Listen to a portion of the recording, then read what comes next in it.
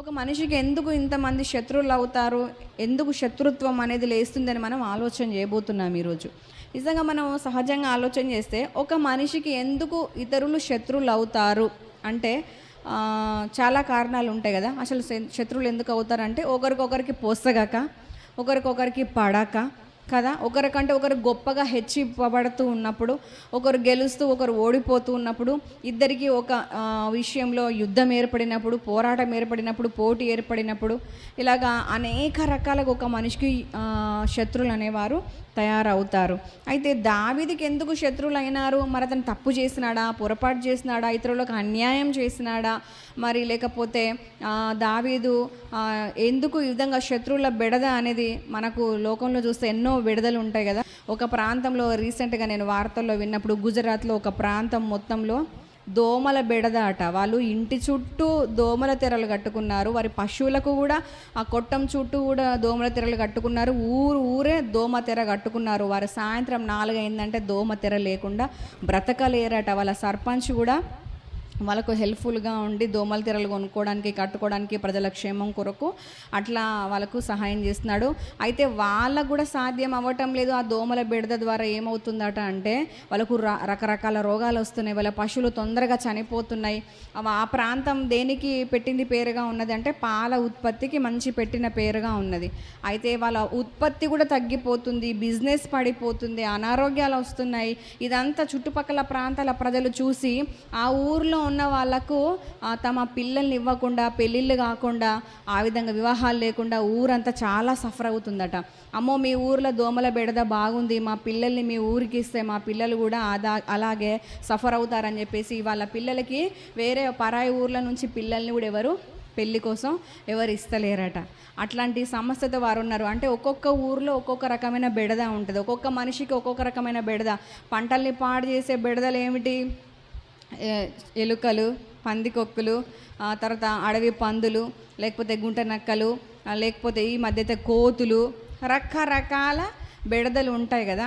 అట్లనే ఈ దావీదుకి ఏం బెడద అంటే శత్రువుల బెడద. ఎప్పుడు చూసినా పాపం దావీదు తరమబడటం, పారిపోవటమే. ఎప్పుడు చూసినా యుద్ధాలు. అతను గొర్రెల కాపరిగా ఉన్నప్పుడు ఒక రకమైన బెడద, అతను రాజు అయిన తర్వాత ఒక రకమైన బెడద, రాజు కాకముందు ఒక రకమైన బెడద. ఎన్నో రకాల బెడదలు అంటే ఏంటంటే సఫరింగ్స్ అతనికి ఎదురవుతూ ఉన్నాయి. అట్లాంటి వాటన్నిటి నుంచి దేవుడు అతన్ని విడిపిస్తూ వస్తున్నాడు. అయితే ఇప్పుడు ఇతను పలుకుతున్న మాట ఏమిటి అని అంటే, నా శత్రువులు అనేకులు కానీ దేవుడు నాకు సమాధానం కలగజేసినాడు, శత్రువుల బారి నుంచి, శత్రువుల బెడద నుంచి నన్ను తప్పించాడు అని చెప్పేసి పలుకుతున్నాడు దావీదు. ఈరోజు మనకే రకమైన శత్రువుల బెడద ఉన్నదో, ఏ రోగాల బెడద ఉన్నదో, ఏ శాపాల బెడద ఉన్నదో, ఏ పాపాల బెడద ఉన్నదో, ఏ చెడ్డ బెడదలు మనల్ని వెంబడిస్తున్నావో, ఏ చెడ్డ సఫరింగ్స్ మనల్ని వెంబడిస్తున్నావో, యేసు నామంలో మనకు ఇప్పుడే ఈరోజే విడుదల కలుగునుగాక. ఆమెన్. దావీదుకు సమాధానం కలగజేసి శత్రువుల బెడద నుంచి తప్పించిన దేవుడు మనల్ని కూడా విడిపించి తప్పించి క్షేమాభివృద్ధి మనకు కలగజేయునుగాక. ఆమెన్. దావీదు అంటున్నాడు, నాకు శత్రువులు అనేకులై ఉన్నారు అంటున్నాడు. ఆయనకి ఎందుకు అంతమంది శత్రువులు అవుతున్నారు అనేది మనం ధ్యానం చేద్దాం. దావీదుకున్న శత్రువులు ఎంతమంది ఒకసారి మీరు తెలిసిన వారిని వేళ్ళతో లెక్కించగలరా? చాలామంది ఉన్నారు, కానీ బైబిల్లో కొంతమంది మాత్రమే చాలా నిర్దిష్టంగా ప్రత్యేకంగా ప్రస్తావించబడ్డారు. వాళ్ళెవరు తెలుసా? ఒకటి సౌలు రాజు కదా, తర్వాత అతని కుమారుడైన అబ్షాలోము, ఆ తర్వాత ఇంకెవరు? షిమీ కూడా శత్రువు కాకపోయినా శత్రువులాగా ప్రవర్తించి అతన్ని చాలా బాధించాడు. ఇంకెవరున్నారు? అహీతోపెలు ఉన్నాడు. తర్వాత ఇంకెవరున్నారు? గొల్యాతు కూడా శత్రువుగా లేచినాడు. ఇతనికి ప్రత్యేకంగా లేవలేదు, ఆ ఇశ్రాయేలు ప్రజలకు అందరికీ ఒక శత్రువుగా గొల్యాతు లేచినాడు. ఇంకా చూస్తే దోయేగు ఒక శత్రువుగా లేచినాడు. కెయిలా అనే ప్రాంతంలో అక్కడ ప్రజలు కూడా ఒకానొక సందర్భంలో శత్రువుల్లాగా ప్రవర్తించారు. తర్వాత సిక్లగు అనే ప్రాంతంలో దావీదు నివాసం ఉంటున్నప్పుడు ఆ ప్రాంతం మీదకి కొంతమంది శత్రువులు వచ్చి ఆ ప్రాంతాన్ని నశింపజేసి దావీదుకున్న భార్యల్ని, పిల్లల్ని, దావీదుతో పాటు నివాసం ఉంటున్న ప్రజలందరి భార్యల్ని, బిడ్డల్ని, వారి పశు సంపద అంతటిని పట్టుకొని పోయినారు. ఆ విధంగా శత్రుత్వం ఎదురైంది. ఇలాగా దావీదుకు 1, 2, 3 అని మనం లెక్క పెట్టడానికి మనకు ప్రత్యేకంగా కనిపించేవారు ఇంతమంది ఇంకా ఉన్నారు, కానీ మనం ఇంతమందిని మాత్రమే ధ్యానం చేయబోతున్నాం. అయితే ఇంకా చాలా ఎక్కువగా ఉన్నారు. దావీదు అంటున్నాడు కదా, నాకు శత్రువులు ఎంతమంది అన్నాడు, ఒక 5, 6 అన్నాడా, అనేకులై ఉన్నారట. దావీదుకు శత్రువులు అనేకులట. ఎందుకు ఇంతమంది శత్రుత్వం వహిస్తున్నారు? దావీదు చాలా చెడ్డవాడా, మూర్ఖుడా, ఎప్పటికీ అందరితోని గొడవలు పెట్టుకునేవాడా, అందరితోని గిచ్చికయ్యం పెట్టుకుంటారా అంటారు కదా, అట్లా గిచ్చికయ్యం పెట్టుకునేవాడా దావీదు? కాదు. దొంగతనం చేసేవాడా, దోపిడీ చేసేవాడా, అన్యాయం చేసేవాడా, ప్రజలని నాశనం చేయడానికి, ప్రజలు నాశనం కావడానికి పన్నాగాలు పన్నేవాడా, లేకపోతే ఒక రౌడీ ఫేలోనా? దావీదు ఏమిటి, చెడ్డవాడా? అతనిలో ఏ చెడుతనము లేదు, కానీ అతనికి శత్రువులు అవుతున్నారు. ఎందుకు అంటే సౌలు రాజు గురించి మనం ఆలోచన చేద్దాం ఈరోజు. సౌలు రాజు దావీదు విషయంలో శత్రుత్వం వహించినాడు. ఎంతగా శత్రుత్వం అంటే ఎప్పుడెప్పుడు దావీదు చచ్చిపోతాడా, ఎప్పుడెప్పుడు దావీదు చావు కబురు నా చెవిన పడుతుందా, దావీదును దేవుడు ఎప్పుడు మొత్తుతాడా, దావీదును దేవుడు ఎప్పుడు విడిచిపెడతాడా, దావీదు ఎప్పుడు చచ్చిపోతాడా, ఎప్పుడు కనుమరుగైపోతాడా, దావీదు ఇక భూమి మీద లేడు అన్న వార్త నాకు ఎప్పుడు వస్తుందా అని చాలా ఆశగా ఎదురు చూసిన వాడు ఎవరు అంటే సౌలు రాజు. ఎందుకు మరి సౌలుకు ఇంత కోపం దావీదు మీద? దావీదు ఏమన్నా అన్యాయం చేసినాడా సౌలుకు అంటే దావీదు సౌలుకు చేసిన అన్యాయం ఏమీ లేదు. అసలు ఎందుకు ఇంత శత్రుత్వం వచ్చిందంటే మనం చూస్తే 1 సమూయేలు 18వ అధ్యాయంలో 6వ వచనం నుంచి అక్కడ మనకు కొన్ని విషయాలు మనకు కనిపిస్తున్నాయి. ఏం కనిపిస్తున్నాయి అంటే, గొల్యాతును ఓడించి దావీదు వస్తున్నప్పుడు అక్కడ ఊర్లలో నుంచి ప్రజలందరూ, స్త్రీలందరూ వచ్చి అక్కడ ప్రతిగానములు చేస్తూ ఏమని పాడుతున్నారట అంటే, యుద్ధం ఎదురైంది, శత్రువు వచ్చినాడు, కానీ దేవుడు కృప చూపి దావీదు ద్వారా మాకు జయమునిచ్చి ఇచ్చినాడు. దావీదు 10,000 మంది శత్రువులను హతము చేసినాడు, సౌలు రాజు అయితే 1,000 మందిని మాత్రమే హతము చేసినాడు అని చెప్పేసి అక్కడ స్తుతులు పాడుతూ రాజుకు పాడుతున్నారు. దావీదు ద్వారా విజయం వచ్చినందుకు దావీదు కూడా స్తుతులు పాడుతున్నారు, పొగుడుతున్నారు. కానీ ఎక్కువ స్తుతులు, ఎక్కువ పొగడత ఎవరికి ఇచ్చినారు ప్రజలు అని అంటే అక్కడ దావీదుకి ఇచ్చినారు. నిజమే కదా, మనకిప్పుడు ఎంతోమంది సీఎంలు, పిఎంలు మారుతూ వస్తున్నారు కదా. ఎవరైతే దేశం కోసం పాటు పడతారో, ఎవరైతే రాష్ట్రం కొరకు, ప్రాంతాల కొరకు, ఊర్ల కొరకు, గ్రామాల కొరకు పాటు పడతారో ఆ నాయకుని ఎక్కువగా గుర్తుంచుకొని ఎక్కువగా పొగట్టం అనేది వాస్తవం కదా. ఇక్కడ ప్రజలు చేసిన తప్పేం లేదు, కానీ అలాగా వాళ్ళు న్యాయంగానే పొగుడుతున్నారు, న్యాయంగానే మాట్లాడుతున్నారు. సౌలు రాజు మా కొరకు చేసిన యుద్ధాలు చాలా తక్కువ, మా కొరకు ఇచ్చినటువంటి విజయాలు చాలా తక్కువ, కానీ దావీదు చాలా గొప్ప ఘన విజయం తీసుకొచ్చినాడు. ఎందుకంటే శక్తికి మించి, వయసుకు మించి, అనుభవానికి మించి దావీదు పోరాడి గెలిచినాడు. కాబట్టి దావీదు గొప్పవాడు అని చెప్పేసి దావీదును వాళ్ళు పొగుడుతున్నారు. పొగుడుతున్నప్పుడు ఇది అతనికి నచ్చలేదట. ఈ పొగడత అనేది అతనికి నచ్చలేదు, అతనికి ఇంపుగా అనిపించలేదు అని చెప్పేసి వాక్యం సెలవిస్తుంది. అయితే ఎవరైతే మంచి పనులు చేస్తారో వారు పొగడతకు అర్హులే. వారు ప్రసిద్ధి చేయబడటానికి, వారు గొప్ప చేయబడటానికి, వారు మెప్పు పొందుకోవడానికి అర్హులే. మంచి పని చేసిన వారిని మెచ్చుకోవడం తప్ప ఒప్ప చెప్పండి? మంచి పని చేసిన వారిని మెచ్చుకోవడం అనేది 100% అది రైటే. కానీ ఇక్కడ సౌలు రాజుకి ఏమనిపించిందంటే, దావీదును నాకంటే ఎక్కువగా పొగుడుతున్నారు, నాకు ఇది ఎందుకో వినడానికి మంచిగా అనిపిస్తలేదు. మనం కూడా కొన్ని సందర్భాల్లో మనం చూస్తే మన ముందు ఎవరన్నా మనకంటే పొగడబడుతున్నప్పుడు మనకేమనిపిస్తుంది? కోపం వస్తుంది. ఎవరి మీద రావాలి నిజానికి సౌలు రాజుకు కోపం? ప్రజల మీద, స్త్రీల మీద రావాలి. నేను రాజునయ్యి ఉంటే నన్ను పొగడకుండా దావీదు చిన్న బాలుడు, వాడు ఒక్క యుద్ధం చేయంగానే వాని పొగుడుతున్నారని చెప్పేసి ప్రజల మీద రావాలి కోపం. కానీ ఇక్కడ సౌలు రాజుకి ఎవరి మీద కోపం వచ్చిందంటే దావీదు మీద కోపం వచ్చింది. ఎంత రాంగ్ ఆలోచన చేస్తున్నాడు చూడండి. అతను కోపంలో ఏం ఆలోచన చేస్తున్నాడో అతనికి అర్థం కావటం లేదు. అక్కడ దావీదు అన్యాయం ఏం చేయలేదు, ఒక మంచి పని చేసినాడు. ఒక శత్రు బారి నుంచి దేశాన్ని కాపాడినాడు. దేశాన్ని కాపాడినందుకు మన సైనికులకు మన యొక్క గవర్నమెంట్ ఎంత మంచి అవార్డులు ఇస్తూ ఉంటుంది కదా. కానీ సీఎం కానీ పిఎం కానీ పోయి ఫీల్ అయిపోయి, అమ్మో ఈ జవాన్లు మన కొరకు యుద్ధం చేసినందుకు వీళ్ళని ప్రజలందరూ బాగా మెచ్చుకుంటున్నారని చెప్పేసి చెప్పేసి ఆ జవాన్ల మీద సీఎంలు పిఎంలు ఎవరైనా పగబడుతున్నారా? అట్లాంటి వార్త ఎప్పుడైనా మీరు విన్నారా? అట్లాంటివి జరగవు కదా. కానీ ఇక్కడ చూడండి, ఒక సామాన్య బాలుడు వెళ్ళి దేశాన్ని ఒక శత్రు బారి నుంచి కాపాడినందుకు అతన్ని ఇంకా మెచ్చుకోవాల్సింది ప్రజల కంటే ఎక్కువగా తానే మెచ్చుకోవాలి కదా. నిజానికి నేను పెద్దవాడిని, గొప్పవాడిని, ఒక రాజుగా ఉన్నాను, కానీ నేను చేసేదానికంటే గొప్ప కార్యం నువ్వు చేసినావు. నేను భయపడి వెనుకకి వెళ్ళినాను, కానీ నువ్వు తెగించి నీ ప్రాణాలకు తెగించి దేశాన్ని కాపాడినావు అని చెప్పేసి అతనికి అవార్డో రివార్డో ఇవ్వాలి. కానీ అతని మీద ఏం చేస్తున్నాడంటే కోపం, కక్ష, అసూయ పెంచుకున్నాడట. అతనికి దావీదుని మెచ్చుకున్న మాటలు ఇంపుగా అనిపించలేదట. వాక్యం సెలవిస్తుంది, ఇంపుగా అనిపించలేదు. అంటే పొగడతా, తన ముందు ఇతరులను పొగుడుతూ ఉంటే అతనికి నచ్చలేదు. ఈ మనసు ఏం మనసు అని అంటే అపవాది మనస్సు. ఈ మనస్సు క్రీస్తు మనస్సు కాదు, ఇది దేవుని మనస్సు కాదు. మన ముందు ఎవరన్నా మంచి పని చేసిన వారు మెప్పు పొందుతున్నప్పుడు, మన ముందు ఎవరన్నా గెలిచిన వారు మెప్పు పొందుతూ ఉన్నప్పుడు, మన ముందు ఎవరన్నా బాగుపడిన వారు, కష్టానికి తగ్గ ప్రతిఫలం పొందుకున్న వారు మెప్పు పొందుతున్నప్పుడు మనము వారిని చూసి అసూయ పడకూడదు. ఈ పొగడత అనేది అతనికి నచ్చలేదట. నా ముందు ఇంత చిన్నవాడిని పొగుడతాడా, చూస్తా, ఈ చిన్నవాడి సంగతి చూస్తా, వీడు లేకుండా చేస్తా అని చెప్పేసి అప్పటి నుంచి విషపు చూపు నిలిపినాడట. చంపాలని చూడడానికి ప్రయత్నం చేస్తున్నాడట. ఎంత భయంకరమైన మనస్సు కదా. నిజంగా ఇట్లాంటి మనస్సు దేవునికి ఇష్టమైన మనస్సు కాదు.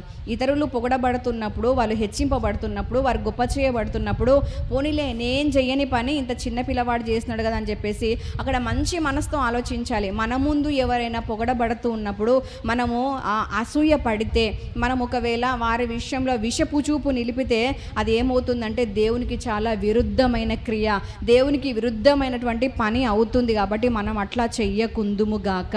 ఆమెన్. కేవలం తనకంటే ఎక్కువగా పొగడబడుతున్నాడు దావీదు అని చెప్పేసి శత్రుత్వం పెంచుకున్నాడట. అబ్బా అవునా, ఆహా, ఇంత పెంపు నీకు అవసరమా, నువ్వు గొప్పోడివా, నాకంటే నువ్వేం సాధిస్తావు, నువ్వేం సాధించలేవు, నువ్వు తీసుకుంటే ఏం తీసుకుంటావు, కేవలం రాజ్యం మాత్రమే పొందుకుంటావు, కానీ అంతకు మించి నువ్వేం పొందుకోలేవని చెప్పేసి సౌలు దావీదు మీద విషపు చూపు నిలిపినాడట. సౌలు రాజు దగ్గర ఏముంది అంటే అధికారం. ఆ అధికారం దావీదుకి వచ్చేస్తుందేమో, ఒకటే పొగడత, అక్కడ ఏం లేదు, ఒకటే పొగడత వచ్చింది. ఆ పొగడతను బట్టి ఏమంటున్నాడంటే రాజ్యం దావీదు చేతికి వెళ్ళిపోతుంది అని చెప్పేసి తనకు తానుగా ఫీల్ అయిపోయి ఏం చేస్తున్నాడు, దావీదుని ఓర్వలేకపోతున్నాడు.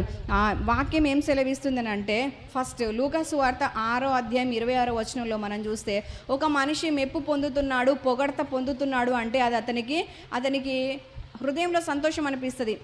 మనల్ని ఎవరైనా మెచ్చుకుంటే మనకు సంతోషం అనిపిస్తుంది. కానీ ఆ మెప్పు ద్వారా ఏమో ఎక్కడ మనకు ఏ గోతులు తవ్వబడుతున్నాయో, ఎక్కడ ఎవరి విషపు చూపు మనది నిలుస్తుందో మనకు తెలియదు. కాబట్టి మెప్పు పొందుతున్నప్పుడు మనం కూడా జాగ్రత్తగా ఉండాలి.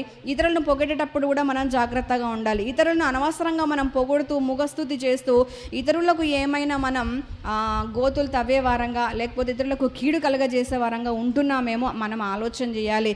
అసలు ఈ లోకంలో మనం చూస్తే ఒక మనిషి మంచి పని చేసినప్పుడు పొగడబడటం అనేది మంచి విషయమే. కానీ చూసేవారు అసూయ పరులు, చెడ్డ కండ్లు గలవారు, మత్సరపడే వాళ్ళు కూడా చుట్టూ ఉంటారు. కాబట్టి మనం పొగిడే వాళ్ళం కూడా ఏం చేయాలంటే కొంచెం ఆలోచన చేయాలి, చుట్టూ ఎలాంటి మనుషులు ఉన్నారు, మరి నేను ఈ వ్యక్తిని పొగడటం ద్వారా వారికి ఏమైనా కీడు వస్తుందా, మరి నేను ఈ వ్యక్తిని పొగడటం ద్వారా మరి నాకేమైనా కీడు వస్తుందా అని వెనక ముందు ఆలోచన చేసి కొంచెం వివేకం కలిగి, కొంచెం జ్ఞానం కలిగి మనము ప్రవర్తించవలసిన అవసరం ఉన్నది. ఎవరైనా గోతులు తవ్వేవారు, లేకుంటే కీడు కలగజేసేవారు, హాని కలగజేసేవారు ఉంటే మనము కొంచెం పొగిడే విషయంలో, ఇతరులను మెచ్చుకునే విషయంలో కొంచెం జాగ్రత్తగా ఉండవలసిన అవసరత ఎంతో ఉన్నది. కానీ ఆ ప్రజలు అట్లా అనుకోలేదు, వారు ఆలోచన చేయలేదు.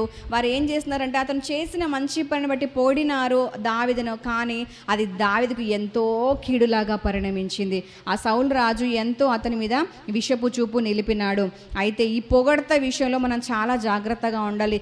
ఇతరులను పొగిడేటప్పుడు జాగ్రత్తగా ఉండాలి, ఇతరుల నుంచి పొగడత పొందేటప్పుడు కూడా మనం చాలా జాగ్రత్తగా ఉండాలి. ఈ పొగడత అనేది మనకు ఒక శ్రమకు కారణం కావద్దు అని చెప్పేసి వాక్యం సెలవిస్తుంది. ఇంకా దావీదుకు ఈ శత్రువుగా సౌలు రాజు ఎందుకు లేచినాడంటే ఓర్వలేకపోయినట్టుగా వాక్యం సెలవిస్తుంది. అతను మెప్పు పొందినప్పుడు ఇతను ఓర్వలేకపోయినాడు. ఓర్వలేని మనసు దేవుని మనస్సు కాదు.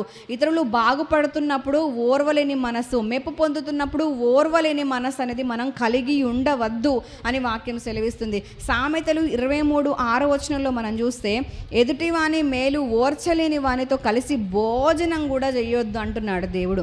అట్లాంటి వాని రుచిగల పదార్థములు అసలు ఆశ పడద్దు అని చెప్తున్నాడు దేవుడు.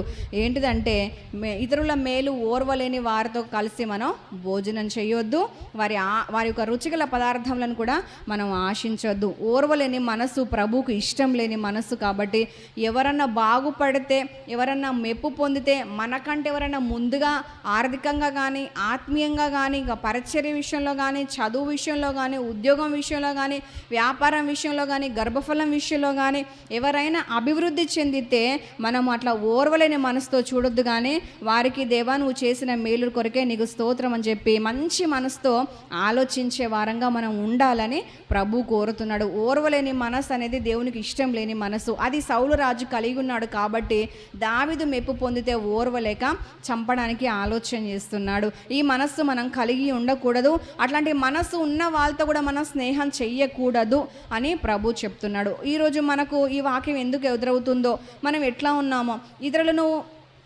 ఎవరైనా పొగిడితే ఓర్వలేని వారంగా ఉన్నామా, మరి లేకపోతే ఇతరుల మేలు ఓర్వలేని వారంగా ఉంటున్నామా, ఇతరుల అభివృద్ధిని ఆశీర్వాదాన్ని చూసి ఓర్వలేని వారంగా ఉంటున్నామా, మనల్ని మనం పరీక్షించుకొని ఒకవేళ అట్లాంటి మనస్సు మనలో ఉంటే మనము తొలగించుకోవాలని వాక్యం సెలవిస్తుంది. ఇంకా ఎందుకు శత్రువుగా మారాడు అంటే అసూయపడ్డాడు. అబ్బా నాకు రానటువంటిది అతనికి ఎట్లా వచ్చింది మెప్పు, నేను చేయలేనటువంటిది అతను ఎట్లా చేయగలిగినాడు, నేను కొట్టలేనటువంటి టార్గెట్ అతను ఎట్లా కొట్టగలిగినాడు, నేను చేయలేంది పక్కో ఎందుకు చెయ్యాలి, నేను పొందుకోలేంది వాడెందుకు పొందుకోవాలి, నేను మెప్పు పొందలేదు వాడెందుకు పొందాలి, ఇలాగా అసూయ పడ్డాడు. అసూయ అనే దానికి మరొక అర్థం బైబిల్ ఏం చెప్తుందంటే కడుపు మంట. ఈ కడుపు మంట అనేది మనకు అస్సలే కలిగి ఉండడానికి వీల్లేదు. ఈ కడుపు మంట, ఈ మత్సరము, చెడ్డ కండ్లు అనే చాలా రకాల పర్యాయ పదాలు బైబిల్లో ఉన్నాయి అసూయ అనే మాటకి. అయితే మనం ఎంత మాత్రం అసూయ పరులంగా ఉండకూడదు. అసూయ అనేది మనల్ని ఎక్కడికి తీసుకొని వెళ్తుందంటే మరణానికి తీసుకెళ్తుందని వాక్యం స్పష్టంగా చెప్తుంది. రోమా పత్రికలో మనం 1వ అధ్యాయం 29 నుంచి 32 వరకు చూస్తే అక్కడ కొన్ని లక్షణాలు ఉన్నాయి. ఈ లక్షణాలు కలిగిన వారు కానీ, వాటిని చూసి ఆశించిన వారు కానీ, వాటిని ఎంకరేజ్ చేసిన వారు కానీ, వాటిని కలిగి జీవించిన వారు కానీ ఏమిటట, మరణానికి పాత్రులు. అందులో ఈ యొక్క మత్సరము లేదా అసూయ లేదా కడుపు మంట లేదా కండ్ల మంట అంటాం మన లోకల్ భాషలో చెప్పాలంటే. అయితే ఇట్లాంటి మనస్సు మనం కలిగి ఉండదు. ఆ మనస్సు కలిగి ఉంటే మనం ఏడికి పోతామటంటే మరణానికి మనము వెళ్ళవలసి వస్తుంది. మరణానికి దారి తీస్తుంది ఆ పరిస్థితి, ఆ లక్షణము. కాబట్టి మరణానికి పాత్రులం అయిపోతాం. కాబట్టి అసూయ అనే మనస్సు మనం కలిగి ఉండకూడదని వాక్యం సెలవిస్తుంది. అయితే మత్తయి సువార్త 20వ అధ్యాయంలో 15వ వచనంలో అక్కడ ఒక ద్రాక్ష తోట యజమాని ఉంటాడు. అతని దగ్గరికి వచ్చినటువంటి పని వారికి అతను జీతం ఇచ్చే టైంలో ముందు వచ్చిన వారికి ఒక రకంగా, మధ్యాహ్నం వచ్చిన వారికి ఒక రకంగా, సాయంత్రం వచ్చిన వారికి ఒక రకంగా అతను జీతం ఇస్తాడని వచ్చిన పని వాళ్ళు అనుకుంటారు. కానీ అతను ఏం చేస్తాడంటే పొద్దున వచ్చిన వారికేమి, మధ్యాహ్నం వచ్చిన వారికేమి, సాయంత్రం వచ్చిన వారికేమి అందరికీ సమానంగా జీతం ఇచ్చిన తర్వాత అప్పుడు ముందు వచ్చిన వాళ్ళు అంటారు కదా, అయ్యో మేము ఫస్ట్ వచ్చి ఎండ దెబ్బ అంతా భరించి పని చేస్తే సాయంత్రం వచ్చిన వాళ్ళకు మాకు అందరికీ ఒకే రకంగా సమానమైనటువంటి నువ్వు జీతం ఇచ్చిన ఇట్లెందుకు అని వారు ప్రశ్నించినప్పుడు అందరికీ ఒకే రకంగా న్యాయం చేయడానికి నాకు మనస్సు అయింది. నా డబ్బుతో నేను నా ఇష్టం వచ్చినట్టు చేయటం అనేది నా ఇష్టం కదా, నేను ఎట్లా చేసుకుంటే మీకెందుకు, నేను అన్యాయంగా ప్రవర్తించినందుకు మీకు కడుపు మంటగా ఉన్నదా అని చెప్పేసి అక్కడ ఒక మాట పలకడం జరుగుతుంది. అంటే అక్కడ కడుపు మంట అంటే ఏమిటంటే అసూయ. అసూయ అనేది ప్రభు దృష్టికి చాలా చెడ్డమైన క్రియ. ఈ మత్సరం అనేది ఏం చేస్తుందట, ఎముకలకి కుళ్ళు తీసుకొని వస్తుందట. మత్సరం అనేది మనల్ని నరకానికి పాలు చేస్తుందట. కాబట్టి అసూయ అనేది మనం కలిగి ఉండకుందుముగాక. ఆమెన్. సౌలు రాజు శత్రువుగా దావీదుకు ఎందుకు ఉన్నాడు అనేది మనం ఈరోజు ధ్యానం చేస్తున్నాం. మొదటిగా తనకంటే ఎక్కువగా పొగడ్తలు పొందుకున్నందుకు అతను ఏం చేసినాడట, అది అతనికి ఇంపుగా అనిపించలేదు, తర్వాత ఓర్వలేకపోయినాడు, తర్వాత అసూయపడ్డాడని చెప్పేసి వాక్యం మనకు స్పష్టంగా సెలవిస్తుంది. కాబట్టి ఈరోజు మనము ఒకవేళ ఇట్లాంటి లక్షణాలు కలిగి ఉంటే మనల్ని మనం ఆలోచన చేసుకొని, మనల్ని మనం పరీక్షించుకొని, ఇతరుల పొగడత, ఇతరుల అభివృద్ధి, ఇతరుల దీవెన, ఇతరుల మేలు ఓర్వలేని వారంగా, లేకపోతే ఇతరులను చూసి అసూయపడే వారంగా ఉంటే మనల్ని మనం మార్చుకోవాలి. ఈరోజు ధ్యానం చేస్తున్న అంశము, దావీదుకు సౌలు ఎందుకు శత్రువయ్యాడు. ఏమో మనం ఇట్లాంటి ప్రవర్తన కలిగి ఉంటే మనం అనవసరంగా నరకం వెళ్ళాల్సి వస్తుందేమో. కాబట్టి ఈ ప్రవర్తన మార్చుకుందాం, దిద్దుకుందాం, మన దగ్గర ఉంటే వాటిని వదిలిపెడదాం. దావీదుకు శత్రువు కావడానికి కారణం ఇవన్నీ లక్షణాలు. ఒకవేళ మనలో ఏమైనా ఇట్లాంటి లక్షణాలు ఉంటే మనం ఎవరికి శత్రువు అవుతామంటే మనం దేవునికి శత్రువు అవుతాం. ఎందుకంటే ఇదంతా లోక సంబంధమైనటువంటి ప్రవర్తన. ఈ లోకంతో స్నేహం మనం చేస్తే దేవునితో మనకు శత్రుత్వం అనేది అవుతుందని వాక్యం సెలవిస్తుంది. ఈ లోక స్నేహము దేవునితో వైరమని మీరు ఎరగరా అని వాక్యం మనల్ని ప్రశ్నిస్తుంది. కాబట్టి ఈ లోకంతో, ఈ లోక లక్షణాలతో మనం స్నేహం చేస్తే, ఈ లక్షణాలు కనుక మనం కలిగి ఉంటే మనము ఎవరితో శత్రువులమాట, దేవునితో శత్రువులం అయిపోతాం. కాబట్టి మనల్ని మనం పరీక్షించుకొని ఈ లక్షణాలు ఏమైనా మనలో ఉంటే వాటిని అన్నిటినీ ఒప్పుకొని విడిచిపెడదాం, మనము కడగబడదాం, మనం దేవుని కనికరం పొందుకొని పరలోకం కోసం సిద్ధపడదాం. చిన్న వాక్య భాగాన్ని బట్టి మనందరం మనల్ని మనం పరీక్షించుకుందామా? నా లోపల ఏమైనా ఇట్లాంటి లక్షణాలు ఉన్నాయా? ఇతరుల మేలు ఓర్వలేని వ్యక్తిగా నేను ఉన్నానా? లేకపోతే ఇతరులు బాగుపడుతున్నప్పుడు అసూయపడే వ్యక్తిగా నేను ఉన్నానా? లేకపోతే ఇతరులు పొగడతలు పొందుతున్నప్పుడు అవి నా దృష్టికి ఇంపుగా ఉండకుండా నేను బాధపడుతున్నానా? నాకంటే ఎక్కువగా బాగుపడుతున్న వాళ్ళని చూసి ఇంకేమైనా అసూయపడుతున్నానా అని చెప్పేసి మనల్ని మనం పరీక్షించుకుందాం. ఒకసారి పరీక్షించుకొని వల్ల మన లోపల అట్లాంటి ఏమైనా ఉంటే యథార్థంగా ఒప్పుకుందాం.